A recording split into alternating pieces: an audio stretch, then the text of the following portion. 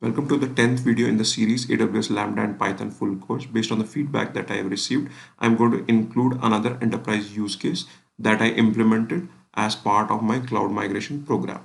Use case is going to have 4 videos. In the video 10, which is this one, we're going to discuss the architecture that we're going to build. Then in the video 11, we are going to create AWS services such as AWS Managed Microsoft AD, FSX, SNS, and CloudWatch Alarm. Then in the video 12, we're going to write the Lambda function. And then in the video 13, we're going to bring all these services together and do an end-to-end demo. Before we discuss the architecture, let me give you a quick view of the use case. So we're looking to migrate a Microsoft ERP, a web-based application, which was highly available. So it had multiple instances or servers on-prem as part of the app tier. And then on the database side, it was a 2-node SQL cluster.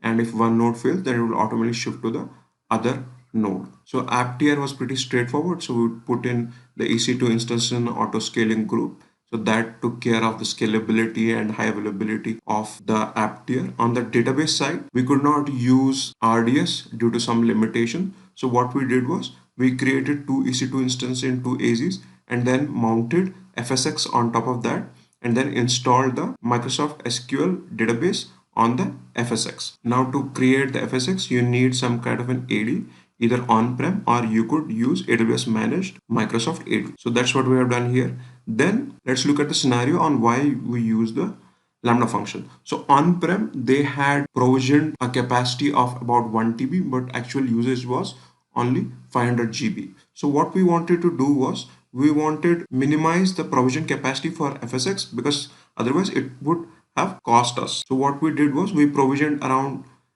600 GB of FSX storage, and then we created a CloudWatch alarm which is going to monitor the free storage metrics in the FSX. So FSX has a free storage metrics that you can monitor. So CloudWatch would monitor that metrics, and when it reached a certain threshold, then a CloudWatch alarm would be generated. This CloudWatch alarm would send a notification to the SNS topic, which would have 2 subscribers, the Lambda function and admin. So once CloudWatch alarm is generated, it will send that notification, which would send an email to the admin stating that, okay, we are reaching near the threshold limit of this FSX, and it will also invoke the Lambda function. This Lambda function would then make an API call to increase the capacity of this FSX. So that way we could limit amount of storage that we need to provision for FSX. So this is the use case we are going to implement as part of next 3 videos. So this is the 10th video where we have discussed the architecture. In the 11th video, we are going to create the AWS Managed AD.